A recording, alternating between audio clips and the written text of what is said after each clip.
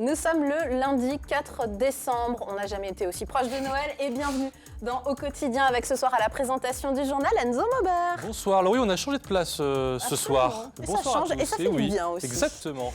Allez, au sommaire, le gouvernement l'a élevé parmi les grandes causes du quinquennat, l'égalité femmes-hommes. Mais en fait-il assez le gouvernement? On en parle ce soir avec notre invité Enzo. Et oui, on reçoit Julie Delpech, députée de la première circonscription de la Sarthe. Elle est aussi la rapporteure d'un rapport sur cette thématique, alors que l'examen du projet de loi finances 2024 a lieu en ce moment. Et puis dans Au quotidien, la suite, nous vous proposons ce soir un magnéto enregistré avec Jérôme Fourquet, l'analyste politique originaire de la Sarthe.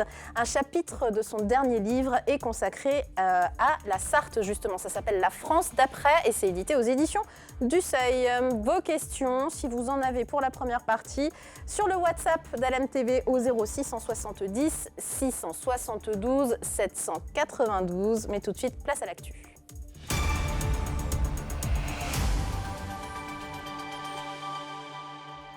Au sommaire de cette édition du lundi 4 décembre, un bureau de poste tout neuf, place de la République au Mans. Et oui, il a rouvert ce lundi après 5 mois de travaux, plus spacieux, plus ergonomique. Il se veut aussi plus proche des attentes des clients qui ont changé ces dernières années. Saint-Calais fête Noël, la petite cité de caractère essaie de se démarquer pour les fêtes. En plus du traditionnel marché, les commerçants ont aussi joué le jeu en décorant leur vitrine. Balade nocturne à la fin de ce JT. Mais on ouvre ce journal avec un appel à témoins lancé par le parquet du Mans plus de 8 mois après l'accident qui a coûté la vie à un enfant de 4 ans. C'était le 17 avril dernier, rue de Turquie, dans le quartier des Sablons. Jawed Manil était percuté par un automobiliste alors qu'il traversait la rue. Depuis, l'enquête avance lentement. Le chauffard n'a toujours pas été retrouvé. Un appel à témoins a donc été relancé pour tenter d'obtenir des informations ou des vidéos de cette journée. D'après ce que l'on sait, le véhicule est de couleur grise, de petite cylindrée, conduit par un individu à la peau sombre. Un enfant se serait possiblement trouvé à bord. Le témoignage peut être anonyme. Si vous avez des informations à communiquer, vous pouvez vous rendre au commissariat du Mans ou adresser un courrier au tribunal judiciaire du Mans.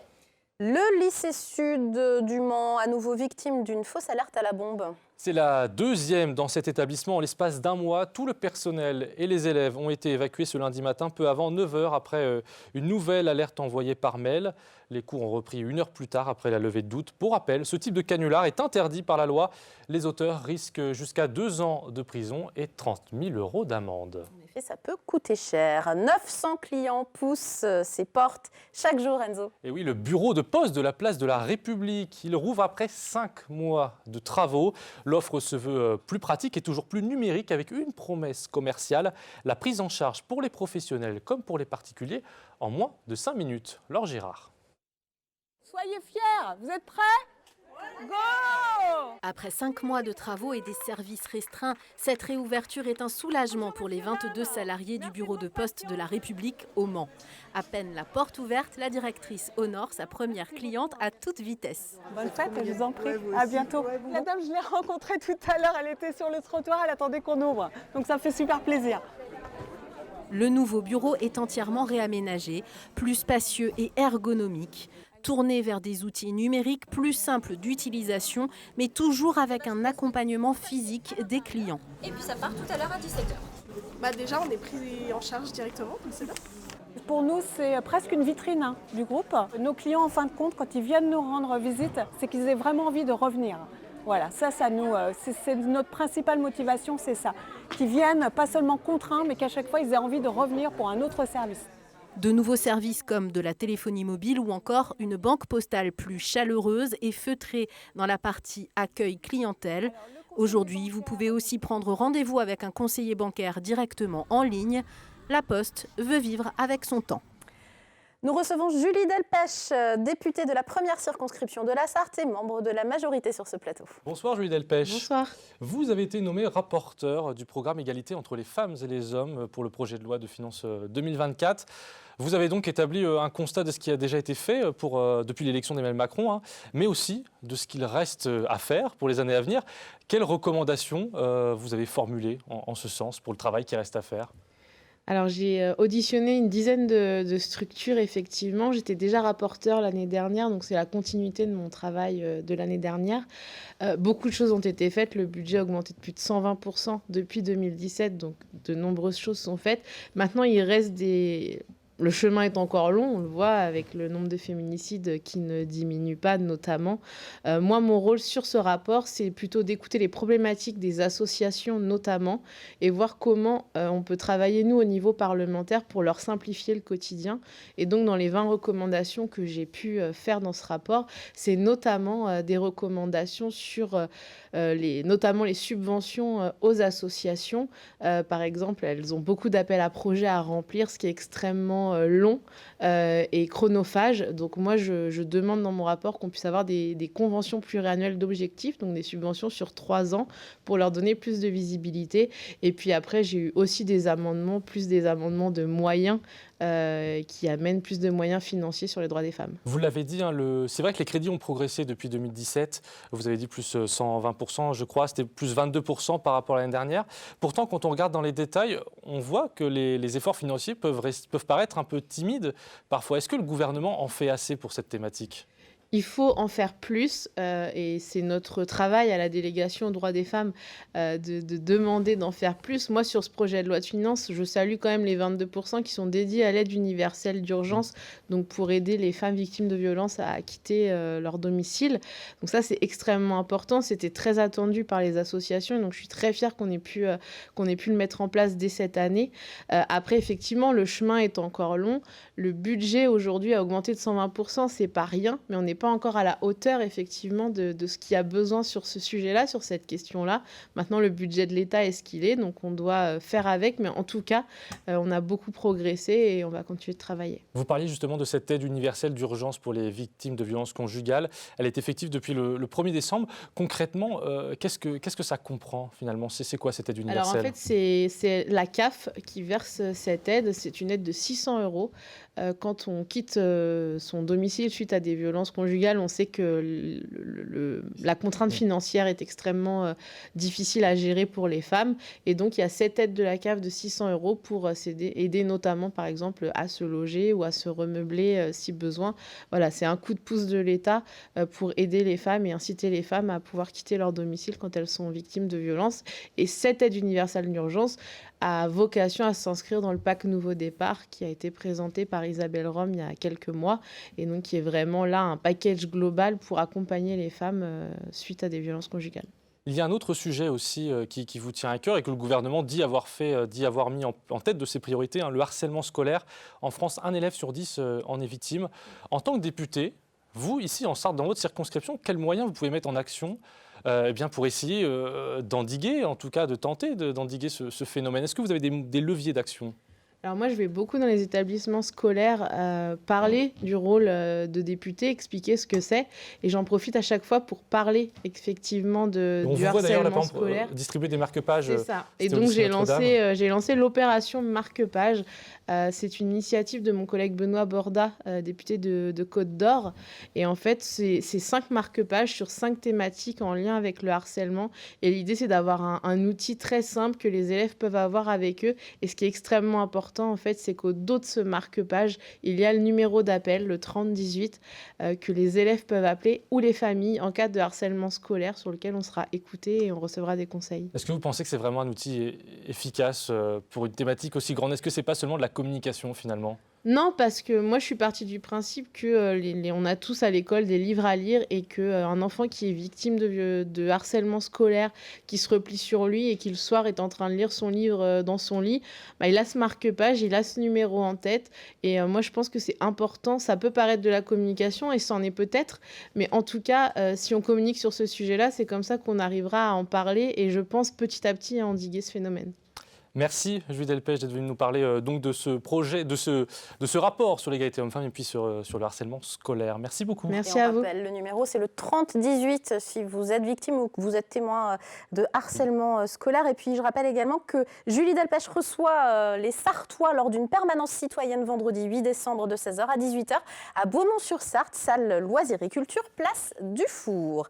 Allez, on passe à un tout autre sujet, direction Saint-Calais qui est passé en mode Noël là, ce week-end. week-end. Et oui, c'est les sujets de Noël en ce moment, vous le savez, Laure. Et là-bas, Saint-Calais, bien entre les balades, des vitrines décorées qui ont été inaugurées ce week-end et le marché de Noël qui a rassemblé beaucoup d'habitants de la ville, mais aussi des alentours, eh bien, l'esprit de Noël souffle déjà sur la ville, comme l'a constaté Anthony Piton. Regarde. À Saint-Calais, les vitrines s'animent et s'illuminent. La balade est devenue un incontournable pour beaucoup de Calaisiens avant les fêtes. Magnifique. Moi je dis c'est les Galeries Lafayette de Saint-Calais. C'est fabuleux. Le parcours s'étale sur 1 kilomètre avec 11 vitrines à découvrir. Pour guider les promeneurs, une carte est mise à disposition par l'association Saint-Cal en fête. Ça permet de faire bouger un peu plus Saint-Calais et puis les gens les faire sortir, puis d'aller voir que les participants ont fait et puis l'ambiance de Noël aussi en même temps. Pour ce qui est de l'ambiance, on est bien dans l'esprit de Noël, avec un lutin farceur à chercher dans chaque vitrine. En lumière aussi, les quais de l'Anille, le temps d'un week-end avec le marché de Noël.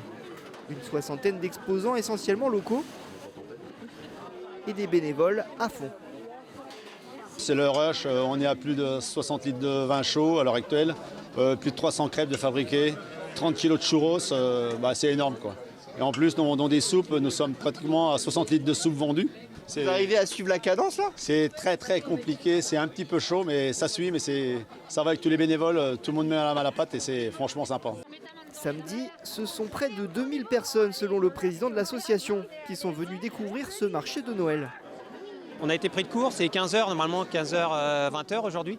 Et dès 14h, il y avait déjà du monde, quoi. Donc on n'a même pas fini de tout installer. Donc ouais, c'était vraiment la course. Mais on est plutôt satisfait du résultat. À entendre parler les gens, ils sont super contents, super heureux, donc c'est plutôt cool. Saint-Calais est donc déjà passé en mode Noël. La balade des vitrines illuminées est à voir jusqu'au 7 janvier. Ça donne envie de se promener en Sarthe en cette période de Noël. Bah oui, Laure. C'est la fin de ce journal, une page de pub, la météo. Et on se retrouve pour Au quotidien, la suite. À tout de suite.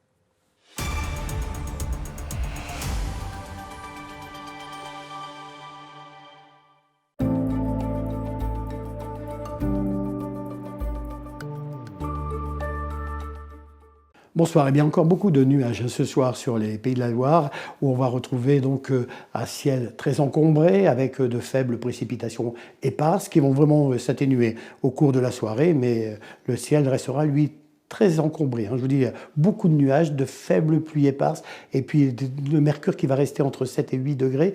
On est au-dessus des normales de saison pour un début de soirée, en tout cas après cet épisode hivernal de ce week-end. Comment tout cela va évoluer? Regardez mardi, on est à l'arrière de la perturbation, donc on va retrouver de belles périodes ensoleillées au petit matin. Attention aussi à la présence de nappes de brume et de brouillard. Les températures remontent, regardez celles au lever du jour, 4 à 5 degrés, 5 degrés au Mans.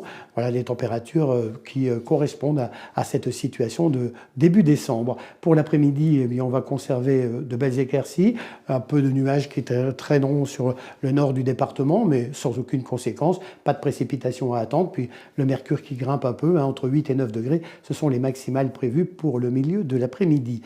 L'évolution, eh bien, pour mercredi, c'est plus mitigé. Les nuages reprennent souvent la maîtrise du ciel. Les températures sont stationnaires, 7 à 8 degrés, localement 9 degrés peut être prévu sur le nord du département, 8 degrés prévus au Mans. Donc, on est quasiment là dans les normales de saison. Mais regardez la tendance pour votre jeudi, ça se dégrade de nouveau malheureusement. Certes, côté température, c'est beaucoup plus doux. Regardez les maximales, 10 à 12 degrés. Cette fois, on est repassé au-dessus des normales de saison. En revanche, côté ciel, eh bien, il faudra composer avec de fréquents passages pluvieux qui vont se maintenir jusqu'en fin de semaine. On jette un coup d'œil sur notre agenda. N'oubliez pas de fêter les Géraldes. Et puis, je vous rappelle, attention, les températures vont remonter assez nettement. Passez une bonne journée.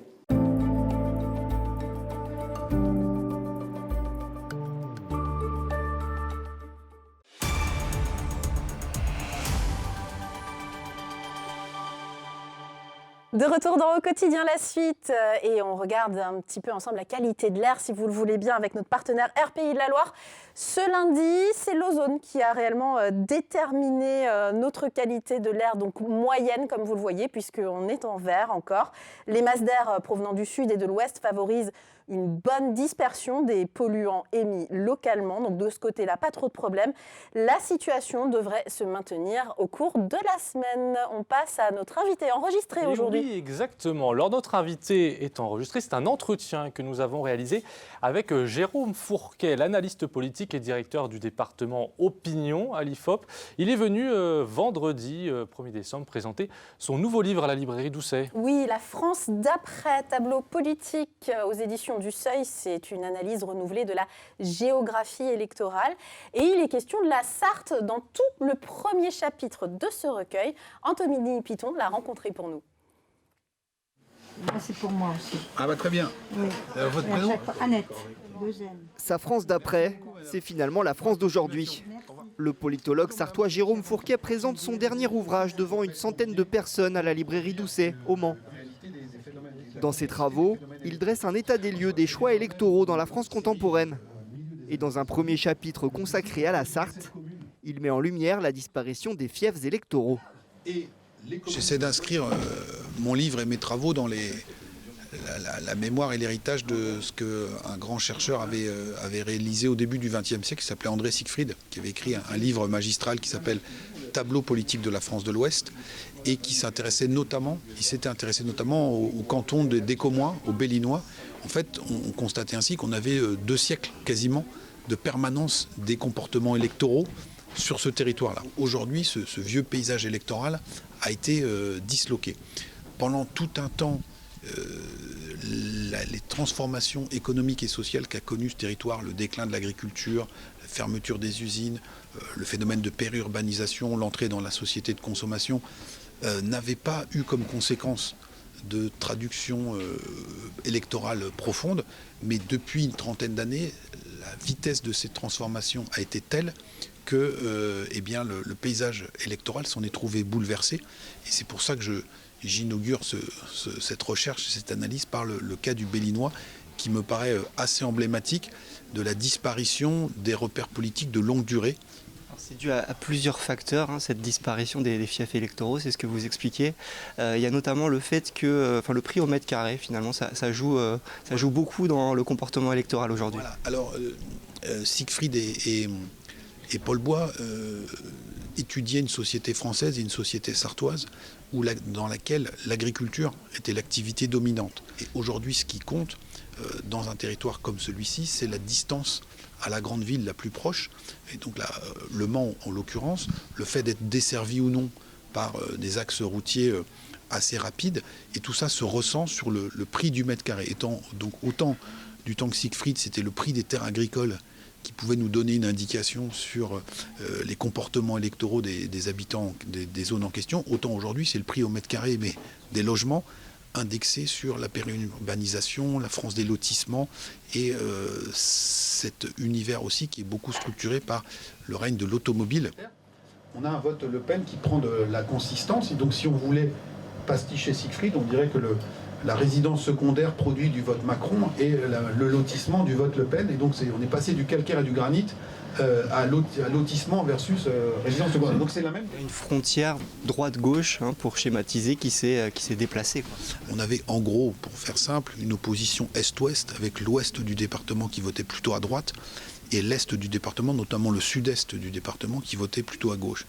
Et donc à cette frontière géographique, cette organisation est-ouest, s'est superposée aujourd'hui une nouvelle opposition de nature centre-périphérie avec une agglomération Le Mans et ses couronnes premières qui votent plutôt pour Emmanuel Macron au deuxième tour. Et puis plus on s'éloigne de ce centre manceau, plus le vote RN gagne en puissance, en intensité. C'est lié notamment, encore une fois, à la question de la voiture, la distance, le prix du mètre carré et également la répartition des classes sociales sur le territoire avec les milieux les plus modestes qui vont résider de manière plus éloignée des centres urbains.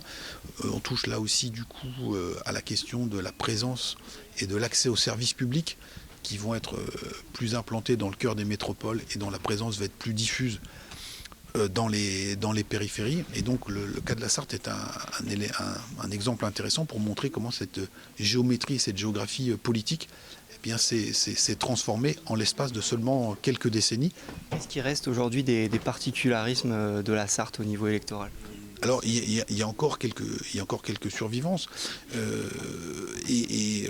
C'est pas si lointain que ça. En 2017, on avait un candidat sartois, François Fillon, qui a quand même fait 20% des voix à l'élection présidentielle. Il avait son fief dans le sud, à côté de Sablé, donc dans la partie historiquement conservatrice de ce département. Donc, il reste ce type de survivance. On a encore un vote à gauche dans la ville du Mans, ce qui a souvent été le cas. Et le cas de la Sarthe est intéressant pour montrer comment, au niveau local, les mandats de maire, de conseillers départementaux sont encore détenus par les représentants des vieux appareils politiques, alors que quand on fait la même carte, mais sur des élections nationales, typiquement les présidentielles et sans doute demain les élections européennes, ce sont d'autres forces politiques qui dominent. Et donc ça, cette cohabitation de deux grilles de lecture est assez manifeste des périodes de bascule où l'ancien monde est en train de disparaître et puis le nouveau de s'imposer.